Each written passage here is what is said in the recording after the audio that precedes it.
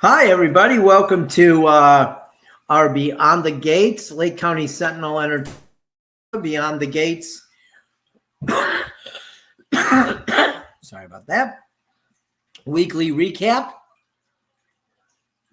for the 15th week of Beyond the Gates, the best soap opera on television that premiered in February on the Columbia Broadcast System, also known as CBS. But it's getting better. It's getting better every day. Not that it hasn't been good. It's been good since the day it started. And I think that things are happening now that we saw and thought would happen a couple months ago. Let's start with one of the newer things. We'll get to the exciting stuff as the show goes on, the real exciting stuff. But we're going to start with Jen and Derek are still boring. They are. They're still boring. And then, Joey Armstrong today finally revealed his plan. Doug and oh, crap. Sorry about that. Joey, he revealed his plan today.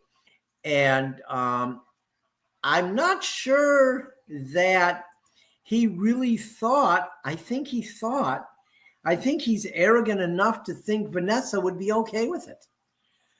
She was not okay with it. Slapped him in the face. Of course, he's probably going to blackmail her, and tell her that, he's going to get Doug thrown in prison and things like that. Or he'll probably even set her up. He'll probably do something illegal and set her up. So that's not going to end with what happened today. But, those two storylines, the Jen and Derek, boring as anything. Like, I wouldn't care if they disappeared from the show tomorrow. But, and then this storyline, that's not that exciting of a storyline either. I'm just never been a John Lindstrom fan. I just think that it's a kind of a boring storyline. I guess addicted gambling, is a real issue in the world. So I guess that's a thing that they're calling out here. But it's not exactly an exciting storyline. Vanessa and Doug aren't exactly the power couple of Fairmount Crest. But, and then we got this week, Chelsea and this mystery woman, Madison, who showed up at Orphe Jeans, and they were talking to each other the other day. And then the woman just left. And then when she was there today, when Chelsea was there today with her sister, it was very interesting. She was there with her sister, Naomi. It was very interesting that the woman showed up again, and it was a very odd exchange. So we'll have to see where that goes. This is the very beginning of the developing of that storyline. So like I said, these shows have Bibles. So they have things planned out months and years in advance. So I think that this, it's going to be interesting to see what they do with Chelsea. I want to see, she's a bisexual character. And I think that they're trying to figure out where they're going to go with her at this point. And I like it. It's interesting. I like Chelsea. She's one of the characters I really like. And I like her sister too. Naomi, she's another character that that's very likable. And her husband, Jacob. So that pretty much, I'll tell you what, I think the Articulettes storyline is fantastic. I think it's very rarely on a soap do you get characters above 60 that have a storyline. And, I would have to assume just because of the timelines of the show that they've talked about, that the characters of Anita and Vernon are in their 70s, at least. So the Articulate storyline is really an interesting one. And we come to find out this week that Anita has flaws. But she is a character who her flaws bother her. She wants to improve. So this Articulates reunion, her getting together with the two remaining Articulates. Of course, we didn't know until this week that there was a fourth Articulate. Barbara, who the awful manager they had back then, had them kick her out of the group.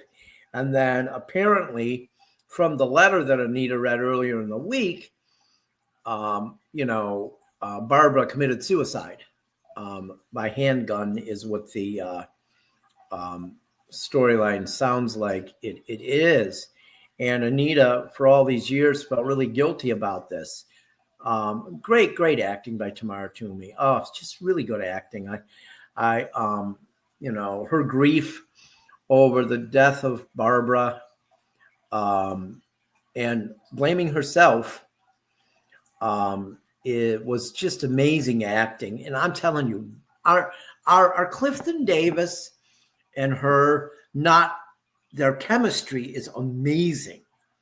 I think they're really, really good together. It's a senior citizen power couple, I think. And I really enjoy those two. I don't like episodes that they're not in. Thankfully, they're in a lot of episodes. They're in most episodes. But I don't like episodes they're not in because they are really, they are an amazing couple. Two really good actors. I remember Clifton Davis from when I was a kid, and that's my mama. He's Vernon Dupree, though. He was made for this role, and so is she. They were made for these roles. They are really good in these roles. And so I'm excited to see where the Articulate storyline goes. The girl that showed up this week, I don't trust her at all. But we'll see what happens with that. And then, Kat is annoying. Kat is really, really annoying. I have to give Chloe Muhammad credit. She does a good job playing the character. But boy, is she a snob, Kat.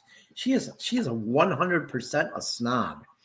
And she just thinks she's something. And she's relentless going after Eva and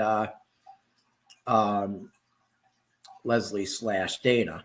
But what I don't understand is, she's hated Eva from the time she met her. It's pure jealousy why she hates Eva. There is no other reason for her to hate Eva. None. Zero. There really isn't. She was kind of conned by her mom, Eva was, into going through with the plan to out her mom's affair with Ted. So, her mom wasn't honest with her either. She made it like she let Eva think that Ted knew that Eva was born. So I think that was, I think that Kat's hatred for Eva will change eventually. I think it's going to be a while probably. I could be wrong, or I could be wrong. They could hate each other the entire show. I don't know. But the fact she got the helmet and gloves and removed them from Eva's hotel room is probably the dumbest, most arrogant thing she could have done. So she just blew the case. She blew the case. If she really wanted Leslie and Eva to get in trouble, she probably should have left the stuff where it was. She can't help herself, though. She can't. And I don't know how many times Jacob has to tell her to stay out of it. But, she just, she does whatever she wants. She's a spoiled rich girl. And so I really, she screwed it up this time. I do love the fact that Tomas came to the hotel room with Eva. And Kat just about had a stroke when she when she realized Tomas was in there. I was Eva almost kissed Tomas, which eventually they will, no doubt about it. Eventually they will. I think Eva and Tomas will end up together. Now I'm starting to think that more and more after. Kat's going to be revealed, like that she got in there. She lied to get in the hotel room. Unfortunately, the guy from the hotel will probably get fired because, he let her in. But so that, that was pretty, I was really hoping she'd get caught under the bed. Because I really don't like Kat. I don't like the character of Kat. She's really annoying. She's just a snob, born rich, really thinks she's something. She's really not anything. What has she earned? If her family wasn't rich, would she own half of that business with Chelsea? Oh no, she probably wouldn't. So she's just a snob, and her hatred for Ava is ridiculous because, Ava's her sister, so, but I get her hating Leslie. I mean, Leslie's a complete nut. And I still believe that Leslie will turn up dead eventually. And then every person on the show will be a suspect. Every person on the show. There's pretty much nobody on the show that wouldn't be a suspect. Maybe Tomas, but maybe not. Maybe even he would be a suspect, But I could see pretty much everybody on the show being a suspect. And, but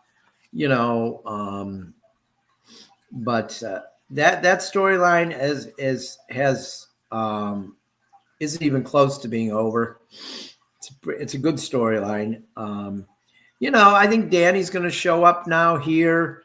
It's going to cause tension between Haley and Bill. Speaking of Kat almost having a stroke. Well, Bill did have a stroke at the end of the show today. He's in the emergency room.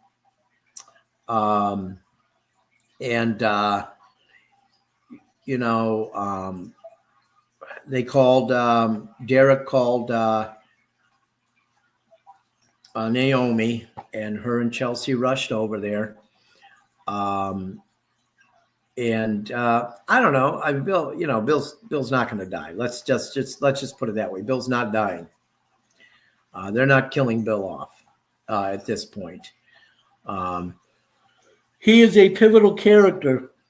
He is a character that is in everybody's business. He's the fixer.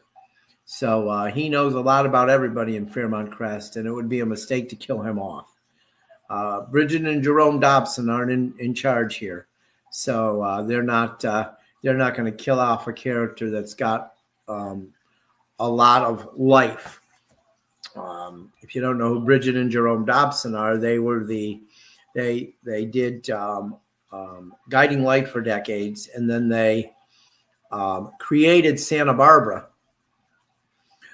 which was a great soap, 1984 to 1993.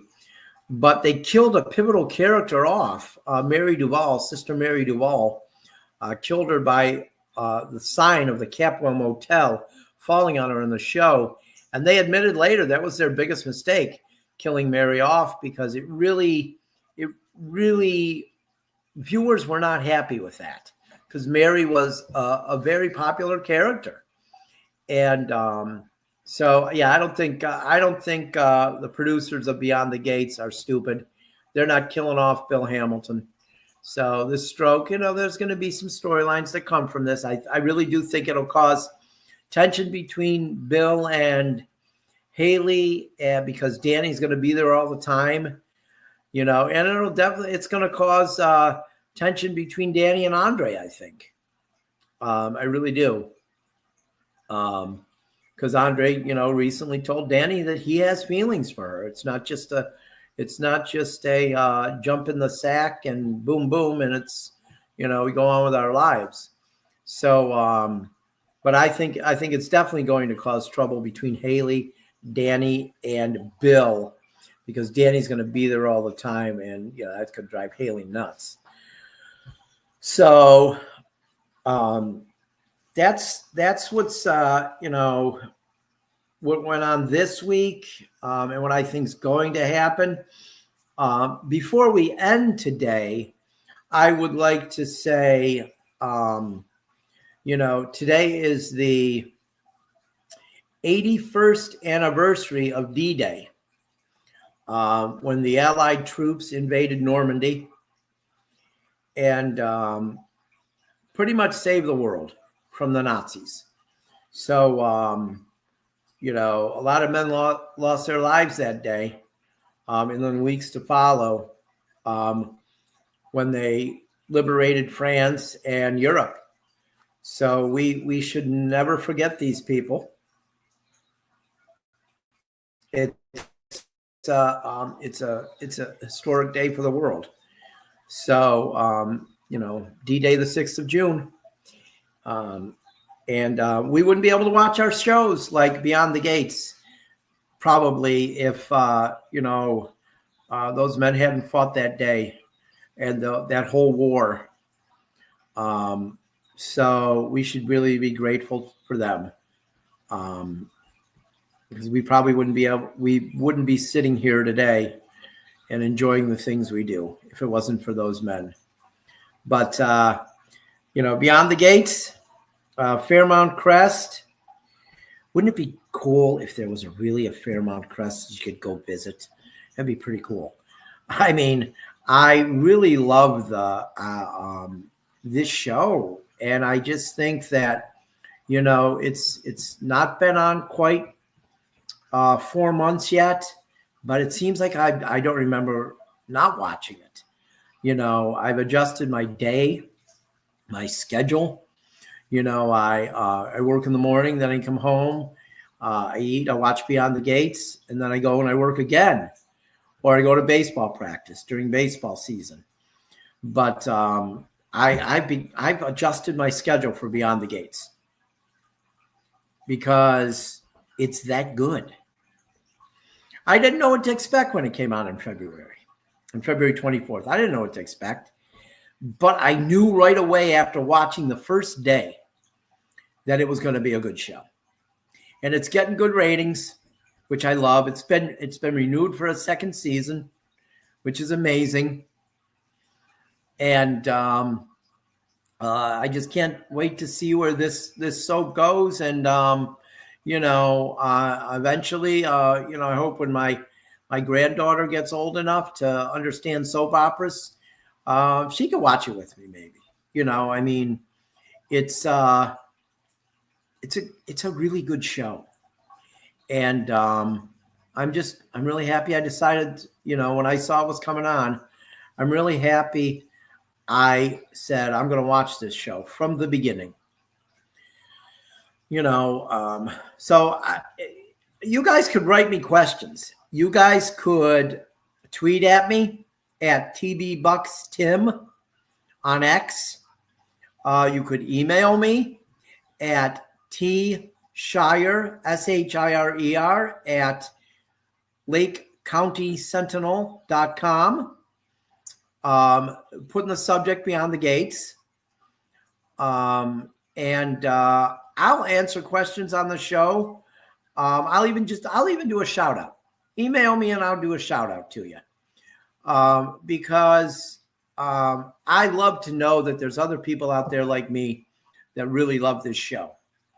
And, that are lifelong soap people. Maybe one of these weeks, this is our Beyond the Gates weekly recap, but maybe I was thinking of maybe starting at the end of the show for maybe like the last 5 minutes. We'll talk about an old soap that's no longer on TV. There were many great soap operas back in the old days, and it would be cool to maybe talk about some of those soaps at the end. And, one of the shows that was very, that was groundbreaking, that Beyond the Gates, is on partly because of was Generations, which was on NBC. Maybe we'll talk about that a little bit. There were some really good characters. I thought it was a good show. I thought it kind of that show got away from its premise pretty quick, which was not good. But the casting for that show wasn't as good as the casting for this show. The casting for Beyond the Gates is spot on phenomenal. Like they've got soap veterans behind the scenes on this show. And I think that's Julie Hannah Carruthers, Robert Guzza Jr. I mean, these two are soap veterans. They are big time soap opera, and they know how to put a soap together, and they've done a great job with Beyond the Gates. So, but I do have to say this, it's kind of sad. Well, not sad. It's kind of, I'll miss it. But next week, on Friday the 13th, I didn't realize, we will not have a show. We'll be off for a week. We will not have a show. I will be in Dayton, Ohio with my travel baseball club, the Cleveland Rawlings Tigers, our 16U team. We have a tournament in Dayton. So we'll be there over the weekend. And so we will not have a show next week, but in 2 weeks on June 20, we will be back. And that will be the recap of week 16 and 17. I will write some notes next week as I watch the show, because I will watch the show. Even when I'm in Dayton, I will find it on the TV station down there, or maybe I'll bring my Roku with me. But I'm not going to not watch. I mean, I'm definitely watching. I don't want to miss an episode of this show. It's too good to miss an episode. So until 2 weeks from now, on June 20th,